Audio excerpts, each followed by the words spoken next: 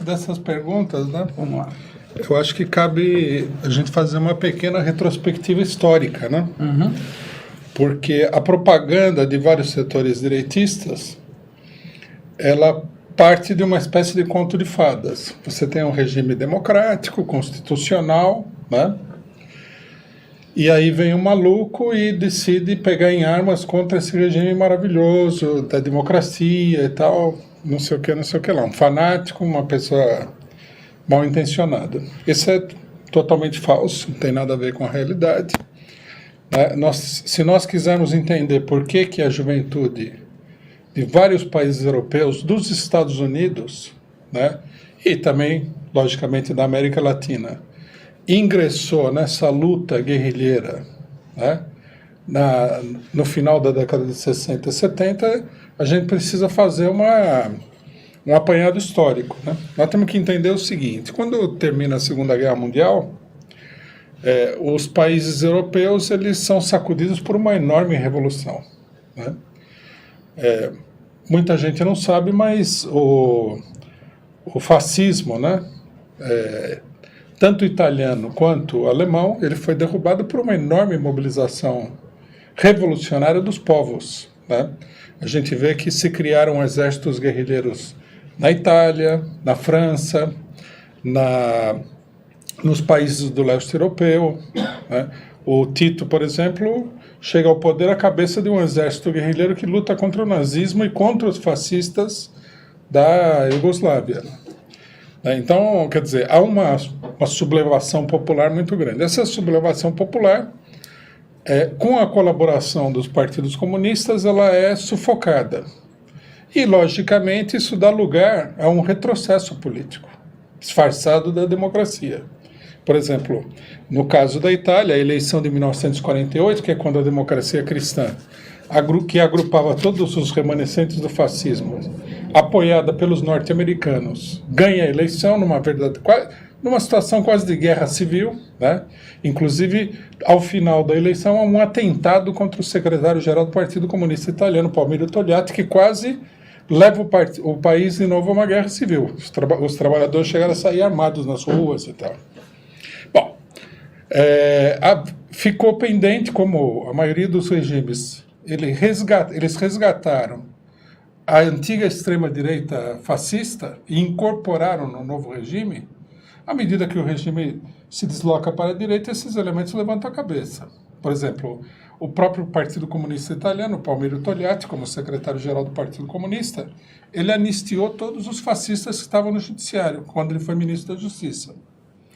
Então você imagina que a população, né, olhava de maneira muito desconfiada para tudo isso daí. Né? A mobilização de 1968, que é quando, na verdade, a origem desses movimentos são as mobilizações estudantis de 68. É contra um regime semiditatorial do general de Gaulle. Né?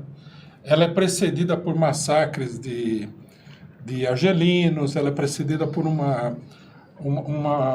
massacre que houve na própria cidade de Paris. Quer dizer, todo mundo olha para aquilo lá como sendo realmente um deslocamento desses regimes para a extrema-direita. E a juventude, por uma série de características, né, é o setor que reage mais agudamente a tudo isso daí. O governo de Gaulle vai cair por causa da mobilização de 68. Bom, a derrota das mobilizações de 68 leva ao endurecimento cada vez mais do regime. A maioria dos grupos de esquerda armada, né, porque houve muitos, eles falaram isso daí, que era que eles não queriam permitir que o regime político fosse dominado pela extrema-direita fascista, que era Hitler, era Mussolini, era essa gente. Então, não é nada disso de que o pessoal estava lá disparando a esmo contra um Santos, etc. e tal. Isso aí é totalmente falso. Okay. A gente tem que invalidar isso aí logo de cara, né? Por exemplo, na Alemanha, inclusive, um dos líderes do movimento estudantil alemão foi assassinado pela extrema-direita. Bom, a Itália, logicamente, era um foco. A Itália teve vários grupos armados que surgiram do esvaziamento das mobilizações de 68, que não tiveram apoio do Partido Comunista e não tinham direção, não tinham política para continuar, acabaram sendo derrotados. Quer dizer, aí nós temos as famosas Brigadas Vermelhas, né, que sequestraram o Aldo Moro, da Democracia Cristã e tudo mais. E o Batiste chegou a fazer parte, por um período, de um desses grupos de extrema-esquerda armada, que era o PAC, né? Proletários Anticapitalistas. Ele, uma coisa que ninguém fala, né? Todo mundo fala de assassinato e tudo mais, mas não falam do seguinte, que ele foi julgado por subversão à ordem. Quer dizer, um julgamento típico, digno da ditadura militar brasileira de 64. Claro. Aí ele fugiu do país e só quando ele estava longe, imputaram a ele participação em 4 assassinatos, né? Esses 4 assassinatos, o livro do Longarzo, que é o melhor livro sobre isso, esclarece no detalhe, né? O conselho de leitura. Eles, primeiro, não foram de pessoas inocentes, coisa nenhuma. Esses eram os 4 elementos eram ligados à extrema-direita, né? Um conhecido como torturador, outros 2 conhecido como pessoas violentas e tudo mais, né? Mas também ninguém provou quem é que esteve aí. Toda a culpabilidade do Batiste, ela está apoiada numa delação premiada, veja só. Ou seja... Se a gente falasse isso 4 anos atrás, a pessoa ia falar, mas já no Brasil, a gente já sabe o que é uma delação premiada. Você pega o cidadão e fala, você vai apodrecer aqui na cadeia, né, até o dia que você morrer, ou você denuncia aí todas essas pessoas aqui para a gente fazer um exemplo e tal, e aí a gente faz um acordo com você. E o Batista, ele estava na França, é isso? Estava na França. Na França, e aí ele foi...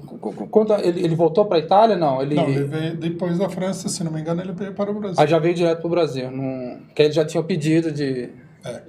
A direita brasileira, desde que ele pôs os pés aqui, vem tentando expulsar ele do Brasil, né?